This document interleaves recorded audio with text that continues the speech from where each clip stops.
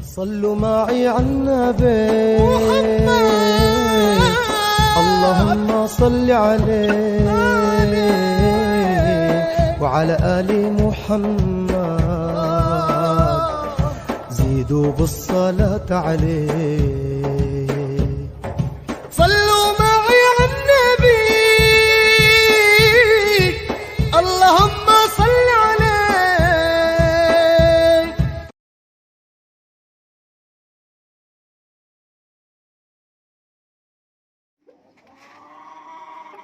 السلام عليكم ورحمة الله وبركاته. اخواني واخوات، عاملين ايه؟ يا رب تكونوا بخير ونكون على تواصل في الخير دايما. موضوع حلقتنا النهاردة عن روتيني بعد ما الارانب نزلت تحت. تمام. طبعا الأوضة دي كان فيها الأرانب السلالة، كنت حطاهم هنا. شايفين المناظر؟ يعني بصوا، مواهب مواهب مواهب. شايفين البوكسات كلها طبعا باظت اهي. شايفين؟ ومن هنا برضو ومن تحت اهو. مفيش يعني الأرضية كلها يعتبر اتاكلت، وهكذا التانية، هكذا البوكسة التانية. طبعا الشكار دي كلها محطوطة على الأماكن اللي هما واكلينها. يعني أنا كنت مربية هنا فراخ بيضة، فمحطوطة على الأماكن اللي هما واكلينها. هنا برضو هكذا، يعني البوكسات ما عادش بوكسات اهو. شايفين الحتة اللي هناك دي؟ وفين كمان، وهنا وهنا وهنا. يعني الأرضية برضو هنا اتاكلت، وكانت الأرضية هنا برضو متاكلة اهي اهي هناك اهي. كانوا بيعدوا للفراخ الهندي. الروتين النهارده ليه بقى؟ مخصوص عشان الفراخ الهندي. انا حاطه فرخه هندي مع ديك فيتنامي فوق، وفرخه هندي مع ديك هندي تحت. طبعا الديك الفيتنامي ده كان حد عاوز يشتريه كده، هو والنتايه بتاعته. ففي واحد قال لي انا هاخد النتايه عشان انا معيشه للفلوس بتاعه النتايه دلوقتي، البربره وكده، ويومين كده وهاخد الديك. فانا صدقته، خد البربره وساب لي الديك، ما خدش الديك تاني. تمام. يعني تقريبا كان هو عاوز بربره اصلا، فما لقاني بقول لا البربره مع الديك، فهو يعني ربنا يسامحه بقى. فانا بقى ايه، سايبه معاه الفرخه دي بس كده وخلاص. انما انا اصلا هضم الفراخ الهند على بعض عشان يبقى هندي بيور. تمام. فشايفين المكان عامل ازاي؟ انا عاوزه انقلهم بقى. طبعا هبعدهم عن المكان ده خالص. المكان ده هكنسه، بس ما اكدبش عليكم مش هقدر اكنسه يعني في نفس اليوم يعني. فهو وشايفين برضو تحت الطيور. انا يعتبر من اول رمضان ما كنستش. يعني النهارده يمكن كام رمضان؟ 8 رمضان، 8 ايام اهو. يعتبر ما كنستش من يوم الجمعة اللي عدت. يعني هي الجمعة، وبعد كده رمضان جه الاثنين، والنهارده الاثنين. يعني يعتبر ايه، الجمعة السبت الحد، بقالهم كده يجي 10 ايام او اكتر. تمام. فبما اني صايمة، فانا يعني مش هكنس مرة واحدة.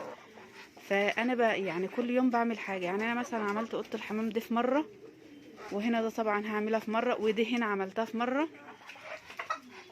الفيديو الرئيسي بقى ان انا عاوزة امسك المكان ده اكنسه كنسة مظبوطة جدا جدا. لان هنا كان البتاع البلدي، الارانب البلد. شايفين المنظر؟ برضو من اول رمضان ما كنستش لهم، يمكن من قبلها كمان. وبقول ايه، انا هستحمل عشان اكنس لهم مرة واحدة، علشان يعني ايه، هم كده كده هينزلوا تحت وكلام من ده. فانا قلت هكنس لهم دلوقتي وارجع تاني اكنس لهم لما يجي ينزلوا. حتى لو هم ما بقالهمش يومين هضطر اكنس تاني. فانا بقى ايه، قمت سايباهم مره واحده. يعني ممكن يكون كده بقالهم اسبوعين.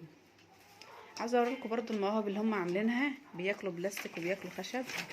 شايفين البوكسه من تحت؟ ان لله وانا اليه راجعون. شايفين يا جماعه؟ يعني بصراحه مناظر غير بقى. الارنبه اللي تيجي تولد تاخد لها تحتها كده يجي بالة قش. انا مش عارفه واضحه ولا لا. استنى افتح لكم الفلاش. مش واضحه برضو. بتاخد يجي بالة قش تحتها. هنا برضو كانت في ارنب بتولد في المكان ده كده. وكانوا متوزعين على كله، رغم ان انا كنت قافله العيون دي، وقلت بقى عشان ما يدخلوش كفايه بقى ان هم يعكوا هنا. انا يعني انا هقدر اكنسهم، انما مثلا البوكسات دي عشان اكنسها لازم ايه، لازم ادخل جوه واقعد ومش عارف ايه، وظهري بيوجعني وكل شويه هيدخلوا لي وكلام من ده، فكنت قافله. فلا انت قافله، طب يلا.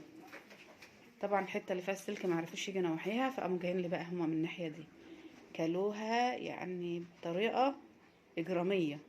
بلاستيك ياكلم، خشب ياكلم، بصوا ما فيش حاجه الا ما بياكلوها، يعني ناقص ياكلوا الاسمنت بصراحه. فانا همسك المكان ده هكنسه كنسه مظبوطه. انا عاوزه بس اوريلكم الاماكن قبل الكنس. شايفين كل العشش بنفس الوضع ده كده.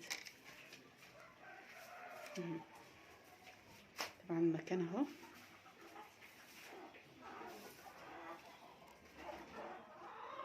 الشمس ده عامله ضلمه في التليفون. مكان بصراحه غير مرضي بالمره.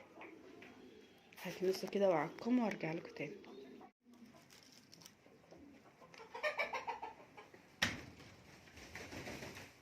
ورجعت لكم تاني يا جماعه. كنسته، طلعت من هنا شكرتين سبله، قش بقى على فروه ارانب، على الزبل بتاعتهم ده المدوره دي، من هنا جوه من 3 مكبات دول.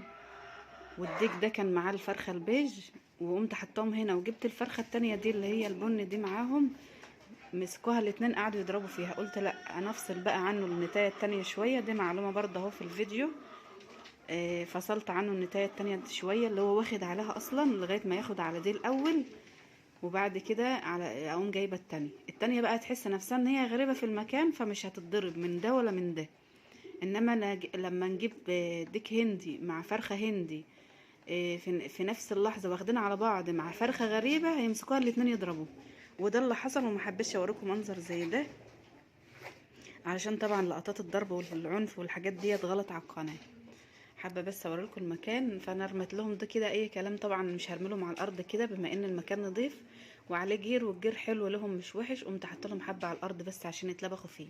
حطيت لهم بقى السقايه على جزء اول الطوب اهو عشان ارفعها من على الارضيه. والمكان رشيته طبقه جير محترمه، يعني طبقه يعني لا بأس به، حلوه جدا جدا. وما ينفعش نحط بقى طبقه ضعيفه كده او رشه خفيفه، لا. وخاصه بعد النظافة اللي انا نظفتها دي، وورا الارانب، لان الارانب برضو بيبقى فيها حشرات، بيبقى فيها مش عارف ايه. طبعا ده لازم نعمل كده، غير المية بتاعتهم اللي بيعملوها اللي بتبولوها دي يا جماعة غلط جدا جدا على الصبة. طب انت عاملاهم ليه على الصبة يا ام فارس لما هو غلط؟ لا، عشان انا حطاهم مؤقتا. اما احط حاجة مؤقتا غير لما احطها كده مدى الحياة، يعني عبال ما اخلص الشغل اللي تحت. عاوزة اوريلكم بس المكبات من جوه. شايفين المكبات ده؟ انا كنت جوزي بيقول لي عاوزين نهدها وملهاش لازمه وما اعرفش ايه. المكبات دي كنت عاملاها للفراخ الزينه، اللي هو الفيتنامي والبراهما والتايجر والحاجات دي. فانا قلت لجوزي لا، احنا مش هنهدها ونسيبها ايه، مكان رقت فيه رومي، بطه، فراخ هندي اهو. قولوا لي بقى انتوا مع رايي ولا مع راي جوزي؟ انا على ما اظن انا رايي صحيح، عشان حتى يعني لو جيت ارقد حاجه ولا كده اعرف ارقد. انما لو انا هديته هرقد فين؟ ده بستغل المساحات. دول 3 طيرات، وجنبهم هنا ممكن طيرة، يبقى كده 4، وممكن واحدة هنا اهو في جنب كده، يبقى كده 5. طيب خلينا بقى ان انا هديتها كلها، طب ارقد فين بقى؟ هو كبير قوي طيرة واحدة بس، لان الطيرة التانية يعني الطيرة الرقدة هتقوم الطيرة الرقدة اللي زيها، فاهمني؟ فشوف بقى انت مع رأيي ولا مع رأي جوزي. وده كان موضوع حلقة النهاردة، والسلام عليكم ورحمة الله وبركاته.